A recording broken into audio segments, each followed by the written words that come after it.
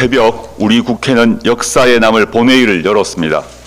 술 취한 선장 윤석열의 비상계엄을 해제하기 위해서였습니다. 참석 의원 전원 만장일치로 결의안이 통과됐습니다. 저도 그 중에 한 명이었습니다. 다시 그날이 와도 국회 담장을 넘어 결의안에 가표를 던질 것입니다. 우리 국민도 다시 국회 앞에 모이고 다시 응원봉을 들 것입니다. 한 세력만 거꾸로 갑니다. 바로 윤석열과 50인의 도적들입니다. 그들은 여전히 내란의 늪에 빠져 있습니다. 내란 우두머리 윤석열이 어제 교도소에서 입장문을 냈습니다. 비상계엄은 민주당 때문이라며 부정선거론을 다시 거론했습니다. 대한민국이 스파이 천국이고 간첩이 활개친다고 합니다. 술이 덜 깬 것입니까? 아니면 거짓말을 되풀이한 뒤 그 거짓말을 사실로 믿는 리플리 증후군입니까? 윤석열은 봉기하라라고 선동했습니다. 과연 내란범다운 주장입니다. 윤석열만이 아닙니다. 국민의힘 장동혁 대표는 내란 중요 임무 종사 정당 우두머리답습니다. 12.3 비상계엄은 의회 폭거에 맞서기 위한 계엄이라고 했습니다. 판사 출신 장 대표에게 묻고 싶습니다. 그렇다면 저나 이재명 의원이나 여기 있는 조국혁신당 의원들은 다 폭도였습니까? 그 논리대로라면 윤석열은 풀려나서 대통령으로 복귀해야 합니까? 한동훈 전 대표도 지난 9월 계엄령 우려가 나오자 이렇게 비꼰 바 있습니다. 민주당이 계엄 이야기를 계속하고 있다. 계엄을 대비하는 법을 발의한다고 한다. 외계인 대비법을 만드는 것과 똑같아. 돌이켜보면 그 외계인은 바로 한동훈 자신이었습니다. 그나마 계엄 1년이 되자 한 전 대표는 사과했습니다. 그는 계엄을 예방하지 못한 데 대해 사과드린다. 과거의 잘못된 사슬을 과감하게 끊어내야 한다고 말했습니다. 상황을 제대로 파악한 것은 늦었지만 잘한 일입니다. 그리고 국민의힘 의원 25명은 사과문을 냈습니다. 12.3 비상계엄은 국민이 피땀으로 성취한 대한민국의 자유민주주의를 부정하고 짓밟은 반헌법적, 반민주적 행동이라고 사과했습니다. 윤석열 등 비상계엄을 주도한 세력과 정치적으로 단절할 것이라고 했습니다. 그나마 양식 있는 이들이 남아있는 듯 해서 반갑습니다. 다만 한 걸음 더 나아가십시오. 신념을 행동으로 증명하십시오. 당을 벼랑 끝으로 내모는 장동혁 대표를 탄핵해서 끌어내리십시오. 정 안 되겠으면 용기를 내서 새로운 보수 신당을 만드십시오. 극우가 아닌 보수의 공간이 넓게 열려져 있습니다. 여러분을 옥죄고 있는 비겁함과 소심함 버리십시오. 그래야 여러분도 살고 보수 정당도 살고 우리 정치도 살고 대한민국도 삽니다. 감사합니다. 예, 말씀 잘 들었습니다. 다음은 서왕진 원내대표님의 발언 듣겠습니다. 원내대표 서왕진입니다. 오늘 조국혁신당은 국민의힘 정당해산 심판 청구 촉구 결의안을 제출합니다. 헌법 제8조 사항은 정당의 목적이나 활동이 민주적 기본 질서에 위배될 경우 정부가 헌법재판소에 해산을 제소하도록 규정하고 있습니다. 조국혁신당은 현재 국민의힘이 해산 제소의 요건을 명백히 충족한다고 판단합니다. 국민의힘은 헌법기관으로서 책무를 저버리고 내란 수계 윤석열의 비상계엄을 비호했습니다. 당시 원내대표 추경 표결 참여를 거부했을 뿐만 아니라 국회의 비상계엄 해제 결의를 의도적으로 지연시켰습니다. 그 결과 계엄군이 국회 본청에 난입하고 국회의 비상계엄 해제 결의 무력화 시도에 필요한 시간을 확보해 주었습니다. 국회의 본질적 기능을 스스로 마비시키고 헌정 질서를 위협한 행위였습니다. 또한 국민의힘 소속 의원 다수는 용산 대통령 관저 앞에 집결해서 공수처가 발부한 윤석열의 체포영장 집행을 물리적으로 방해했습니다. 이러한 집단적 위력 행사는 형법에 따른 중대범죄로서 객관적 자료에 의해 그 사실이 확인된 바 있습니다. 국민의힘은 이후에도 부정선거 음모론을 유포하고 특정 국가에 대한 혐오를 조장했으며 사법부를 모욕하는 언동을 일삼았고 비상계엄을 미화하는 등 민주적 기본 질서를 지속적으로 훼손했습니다. 이에 대해 장동혁 국민의힘 대표가 12.3 계엄의 원인을 의회 폭거라고 주장한 것은 위헌 불법 계엄을 정당화하고 내란을 미화하는 것으로서 헌법에 대한 노골적 도전입니다.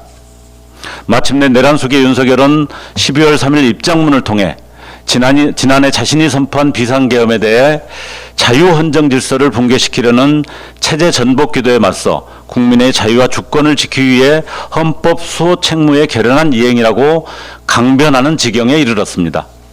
이를 추종하여 내란을 비유하는 국민의힘의 행태는 민주적 기본 질서를 실질적으로 침해하는 것입니다.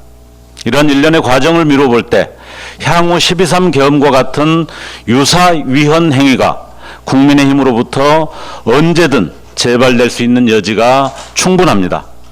국민의힘이 지난 1년간 보여온 내란 비호, 공무집행 방해, 내란 미화, 극단적 선동 등의 행태는 2014년 헌재의 통진당 해상 결정의 사유보다 훨씬 직접적이고 구체적으로 위헌 정당의 판단 기준을 충족합니다. 따라서 조국혁신당은 이미 지난 1월과 7월 동일한 취지의 진정을 법무부에 제기한 바 있습니다. 그러나 검토 중이라는 답변만 들을 수밖에 없었습니다. 정부가 국민의힘의 위헌적 행태를 1년이 지나도록 방치하는 이유가 무엇인지 의문입니다. 정부에게 주어진 헌법상 책무를 포기해서는 안 됩니다. 현재 진행 중인 내란을 완전히 종식하기 위해서는 내란의 구심이자 비호 세력인 국민의힘의 존치 문제를 해결해야 합니다. 국민의힘과 같은 위헌 정당이 정치 조직 형태로 존속한다면 민주주의에 대한 위협은 제거할 수 없습니다. 이에 조국혁신당은 국민의힘 정당해산 심판 청구를 법무부에 촉구하며 이와 같은 결의에 대한 국회 동참을 호소합니다. 이상입니다. 예, 서영주 원내대표님 감사합니다. 다음은 신장식 수석 최고위원님의 발언 듣겠습니다. 네, 신장식입니다. 오늘은 저도 대한민국 공동체가 더 이상 회피하거나 미룰 수 없는 결론을 말씀드리려고 합니다. 국민의힘은 해산되어야 합니다. 어제 장동혁 대표는 페이스북을 통해 의회 폭거 진압 계엄이라는 반헌법적 망언까지 서슴지 않았습니다. 헌정사상 초유의 국헌문란과 내란을 일으킨 세력이 1년이 지나도록 반성과 사과는커녕 불법 비상계엄, 내란을 미화하여 민주주의를 모독하고 있는 것입니다. 장 대표의 논리대로라면 12월 3일은 헌정수호의 날, 국민주권의 날이 아니라 의회 폭거 진압 미수 사건이 발생한 날이 되어야 할 판입니다. 그러나 지난 겨울 차가운 아스팔트에서 윤석열 탄핵을 외치며 민주헌정을 지킨 것은 국민이었습니다. 그 숭고한 국민적 헌신을 부정하는 망언을 더 이상 용납해서는 안 됩니다. 또한 장 대표의 이 주장은 헌법재판소가 파면 결정을 통해 확인한 불법계엄, 국헌문란, 헌법 유린이라는 결정을 정면으로 부정하는 것입니다. 사람은 몸과 마음이 다쳐도 치료받아 다시 일어설 수 있지만 국민의힘의 손상 정도는 더는 회복도 교정도 불가능한 상태입니다. 지난 1년간 계엄 옹호, 내란 미화, 탄핵 부정, 헌재 불복으로 일관하며 스스로 극우 극단주의 집단임을 증명했습니다. 잘못을 시정할 최소한의 능력도 포기한 정당, 민주주의의 적을 자처한 정당은 해산 외에는 답이 없습니다. 이는 대한민국 헌법이 정한 명백한 기준이자 가치입니다. 국민의힘 해산만이 유일한 길입니다. 마지막으로 한마디 더 드리겠습니다. 국민의힘 내부에도 아직 이성이라는 것이 남아있는 의원과 당직자들이 있을 것입니다. 침몰하는 반헌법 극우 정당에서 지금 당장 탈출하십시오.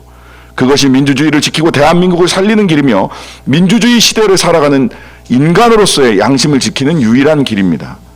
조국혁신당은 국민과 함께 민주주의의 적을 역사의 뒤안길로 보낼 것입니다.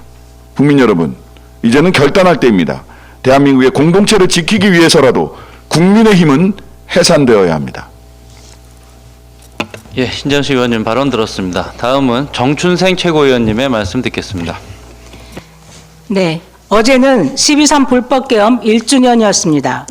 내란을 저지하고 윤석열 탄핵에 앞장섰던 응원봉의 물결이 12.3 내란 외환 청산과 사회 대개혁을 외치며 다시 여의도를 가득 메웠습니다. 살을 에이는 듯한 맹추위도 민주주의를 향한 시민들의 뜨거운 열망을 멈춰 세울 수는 없었습니다. 12.3 불법계엄 해제, 윤석열 파면, 그리고 국민주권 정부의 탄생은 시민이 직접 이뤄낸 민주주의의 위대한 승리입니다. 기말 시험을 뒤로하고 국회 앞으로 달려온 학생들, 응원봉을 들고 K-팝을 부르며 광장을 지킨 시민들, 교통편이 끊긴 새벽 남태령에서 눈보라가 휘몰아치는 한남동에서 윤석열 파면 촉구 집회가 계속되던 안국역과 광화문에서 음박을 두르고 밤을 지새운 시민들 모두가 함께 이뤄낸 결과입니다. 시민들은 단지 대통령 하나 바꾸자고 거리로 나선 것이 아니었습니다. 윤석열로 상징되는 우리 사회의 모든 혐오와 차별을 끝내고 새로운 대한민국을 만들기 위해 광장에 섰던 것입니다.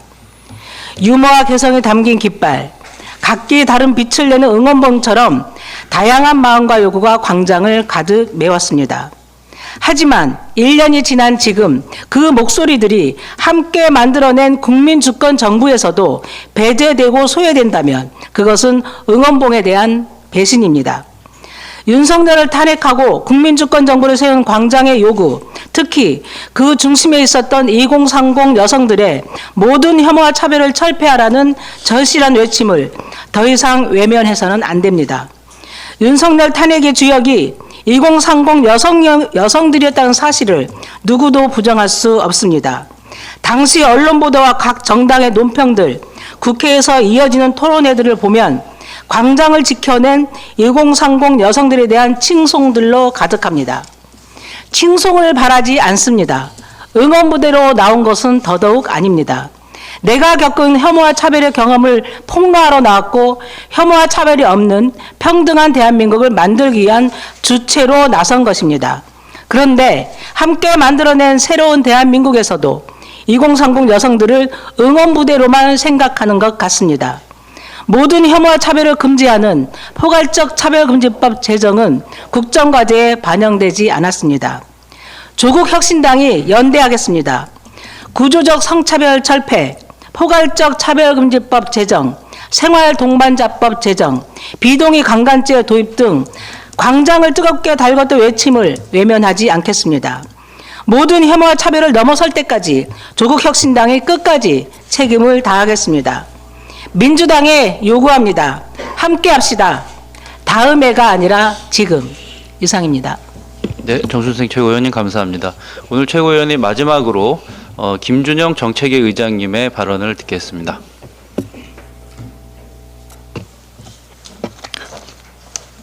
어제는 윤석열 일당의 내란을 저지한 지 1년이 되는 날이었습니다. 국민주권 정부가 들어섰지만 설마 하는 사이 국민의힘, 사법부, 아스팔트의 극우들이 윤어게인을 외치며 준동하는 답답한 현실입니다. 더 적극적으로 내란 복구 세력들을 깡그리 청산해야 합니다. 박노해 시인은 이렇게 말했습니다. 무법한 세력을 남겨둔다면 그들은 반드시 돌아온다. 더 사악한 칼을 들고. 그래서 국민의힘을 제로로 만드는 것과 함께 극우 세력을 분쇄해야 합니다. 오늘날 세계는 극우의 준동으로 몸살을 앓고 있습니다.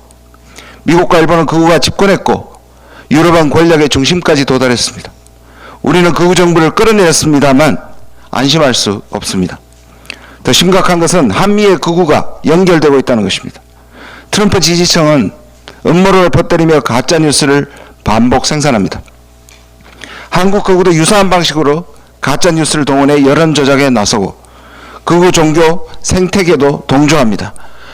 트럼프 지지자들이 의회를 난입하고 윤석열이 계엄을 통해 국회를 점거하는 것을 두고 위대한 하나님의 뜻의 실현이라고 합리화합니다. 보스턴 로라 루머, 고든 창, 애니 첸 등 미국 내 극우 인사들은 한국 극우에 힘을 실어주면서 마가 진영과 결합합니다. 트럼프가 윤석열을 구출할 것이라는 시나리오를 만들며 국내 정치에 개입합니다. 로라 루머는 이재명 대통령이 당선된 후 SNS에 공산주의자들이 한국을 접수해 오늘 대선에서 승리했으며 이는 끔찍한 일이라고 글을 올린 바 있습니다. 더 큰 문제는 한미 극우연대가 단순한 메시지 전파를 넘어 자본, 정치, 종교, 연계 네트워크로 확장하고 있다는 것입니다. 그 핵심에 록브릿지가 있습니다. 록브릿지는 트럼피즘 20년 지속을 목표로 구축된 권력 네트워크로 트럼프 행정부 유력 인사들이 상당수 연관되어 있습니다. 정용진 신세계 회장이 아시아 총괄을 맡으면서 한국 재계와도 결합했습니다. 과거 멸공발언, 트럼프 주니어와의 친분, 빌드업 코리아 행사, 스타벅스 협찬, 축사 논란 등 그간의 흐름을 살펴봤을 때 한국 극우가 미국 극우의 이데올로기를 수입하는 단계를 넘어서 정치 자본이 직접 연결되는 제도적 통로를 형성하는 단계에 이르렀다고 볼 수 있습니다. 혐오는 거리의 구호로부터 온라인까지 점령했는데 혐중은 한미 극우가 공유하는 현상입니다. 중국을 적대 상징으로 삼아 무차별 공세를 퍼붓습니다. 특정 국가에 대한 단순한 비호감의 단계를 넘어섰습니다. 국민의힘은 정광훈과 전환길의 강성극우 지지라는 치명적 마약을 떨치지 못해 윤핵인과 부정선거를 주장하고 혐중을 정치적으로 활용하는 데 여념이 없습니다. 언론은 음주운전 역주행 사건 보도에 중국인이라고 표시합니다. 쿠팡은 고객 정보 유출 사건을 놓고 의도적으로 중국인을 강조하면 속보를 흘리고 일부 언론은 동조한다는 의심이 강하게 듭니다. 유출자가 중국인이든 미국인이든 쿠팡의 책임은 단 1도 줄어들지 않습니다. 우파 농객 조갑재 씨는 극우를 향해 한국의 극우는 어둡고 더러운 것에만 살 수 있는 역사의 바퀴벌레라며 신랄한 비판을 가했습니다. 독일에서는 나치 문양이나 하일 히틀러와 같은 구호, 상징 등이 법적으로 금지되어 있으며 이는 표현의 자유의 대상이 아니라고 명확히 규정하고 있습니다. 우리도 혐오와 인종차별에 대해 엄격하게 처벌해야 합니다. 한국 극우와 미국 극우와의 연결을 적극적으로 차단하는 일도 중요하지만 극우의 자양분이 우리 사회의 문제들을 제대로 개선하고 대안 마련에 나서는 것도 중요합니다. 불만과 불안으로 소외감을 느끼는 세대의 아픔에 공감하고 함께 개선해야 합니다. 혐오는 언제나 세상을 단순하게 만듭니다. 그러나 단순함은 늘 폭력의 전조였습니다. 지금 우리에게 필요한 것은 미워하지 않을 용기입니다. 다른 세계와 대화할 용기, 스스로 부끄러워할 용기, 그리고 단단한 연대의 용기입니다. 그것은 인간의 품격과 민주주의 지속 가능성에 관한 문제이기도 합니다. 이것이 바로 빛의 혁명으로 다시 열린 광장이 우리에게 던진 또 하나의 과제입니다. 조국혁신당은 국민의힘 제로와 함께 극우 세력 분쇄를 위해 최선의 노력을 다하겠습니다. 예, 감사합니다.